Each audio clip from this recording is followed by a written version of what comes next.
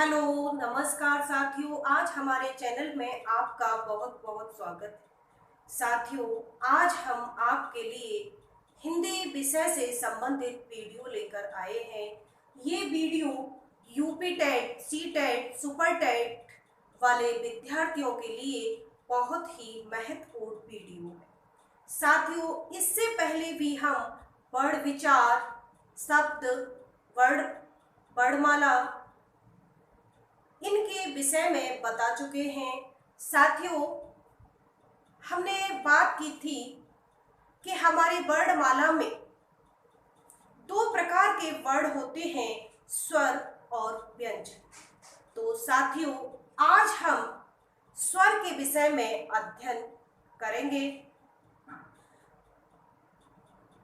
साथियों, जो भी यूपी टेट, सी टेट और सुपर टेट वाले विद्यार्थी हैं, वो इस वीडियो को ध्यानपूर्वक देखें और एक एक चीज को समझें। ये आपकी हिंदी विषय की शुरुआत है। अगर यहाँ से आप समझ के चलेंगे तो आगे वाली सब चीजें, संधि, समास, ये सब चीजें आपके दिमाग में बहुत अच्छे से समझ में आ जाए। साथियों, आज हम शुरुआत करेंगे स्वर से। स्वर क्या है?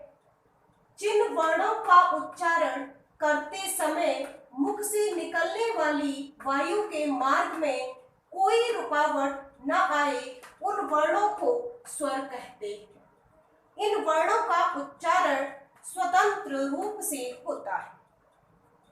साथियों, हम स्वर के विषय में बात कर रहे हैं कि जिन वर्णों का उच्चारण करते समय हमारे मुंह से निकलने वाली जो वायु है, उस वायु में अगर कोई रुकावट न आए और वो स्वतंत्र रूप में वर्ण बोला जाए, उसे स्वर कहते हैं।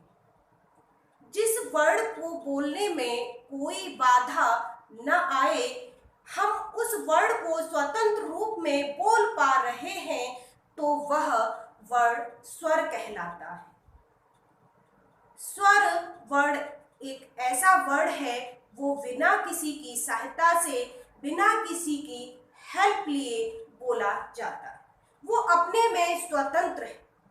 साथियों, स्वर हमारे छोटा आ, बड़ा आ, छोटी ई, बड़ी ई, छोटा ऊ, बड़ा ऊ, ऋषि, छोटी ए, बड़ी ए, छोटा ओ, बड़ा ओ, छोटी अंक, बड़ी अंक, ये सब हमारे स्वर हैं।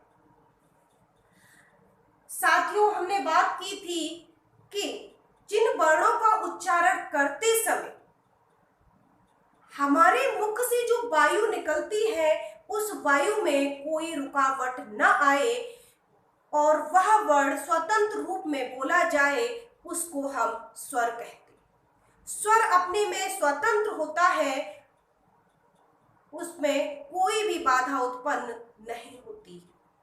और स्वर एक ऐसा वर्ण है, वो बिना किसी की सहायता लिए बोला जाता है। अब हम बात कर रहे हैं कि स्वर के वर्णों की संख्या 11 होती है। साथियों, ये क्वेश्चन आपके यूपी टेट और सी टेट में बहुत आता है कि स्वरों की संख्या कितनी होती है। तो स्वरों की संख्या 11 होती है।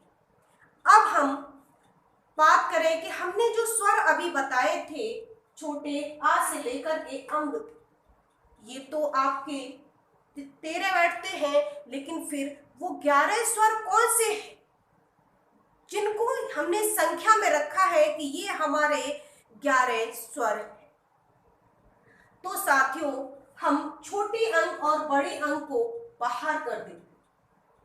1 2 3 4 5 6 7 8 9 10 11, आ से लेकर के ओ तक ये 11 वर्ण स्वर कहलाते। छोटे अंक और बड़ी अंक को हम स्वरों से अलग कर देते हैं। वर्णमाला में रहते हैं, लेकिन इनको हम विसर्ग और अनुस्वार में रखते हैं। छोटे अंक को हम अनुस्वार और बड़े अंक को हम विसर्ग कहते हैं। साथियों, तो छोटे आ से लेकर के ओ तक जो वर्णों की संख्या है वो स्वर वर्णों की संख्या है।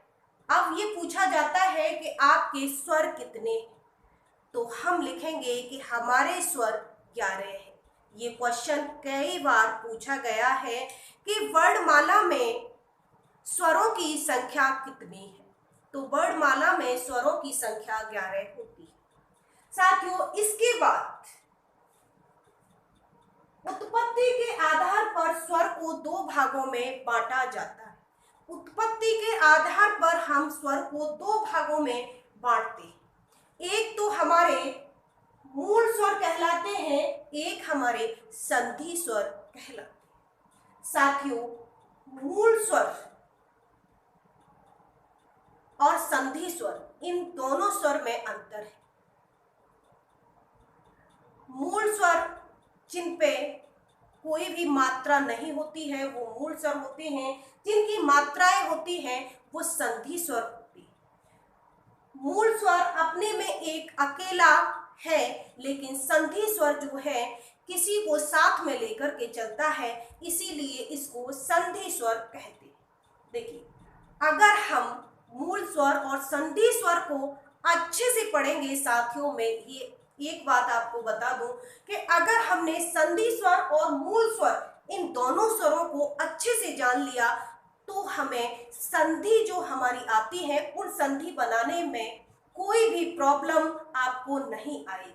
जो आपकी संधि बनती है वो संधि स्वर का प्रयोग वहां पे होता है। तो सबसे पहले हम इन स्वरों को ध्यानपूर्वक पढ़ेंगे और इनका अध्ययन करेंगे।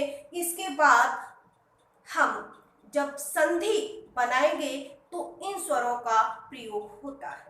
तो साथियों, मूल स्वर और संधि स्वर हम आगे आने वाली वीडियो में आपके लिए बताएंगे।